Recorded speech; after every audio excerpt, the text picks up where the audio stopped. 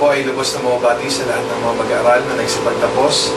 Dalangin ko po na makamit at matupad ninyo ang lahat ng inyong mga pangarap sa buhay.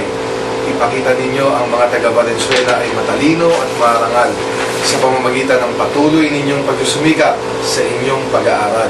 At tuluyan ninyong maipakita sa mundo ang inyong galing at talino sa anumang larangan. Gayon din po ang aking lubos na pagbati sa mga guro na walang sawang gumagabay sa ating mga anak sa paghubog sa kanilang mga pangarap. Ang ating mga guro ang tumatayong pangalawang magulang na siyang nagpapaunlad at tumutuklas sa mga kakayahan ng ating mga kabataan. Higit sa lahat, nais ko pong batiin kayong mga magulang na gumagabay, maalalay at nagsusumikap upang mapag-aral ang inyong mga anak. Kung hindi dahil sa inyong pagsusumikap, ay hindi nila makakamtan ang tagumpay na ito. Totoo nga ang kasabihan na walang ibang pamana na maibibigay ang mga magulang sa kanyang anak na hindi mananakaw ng sinuman kung hindi ang kanyang edukasyon. Mabuhay kayong lahat at ipagpatuloy natin ang pagtutulong-tulong upang makalikha ng mga kabataan na maging kaagapay natin sa ating mga buhay at sa ating bayan. Maraming salamat po at magandang araw sa inyo.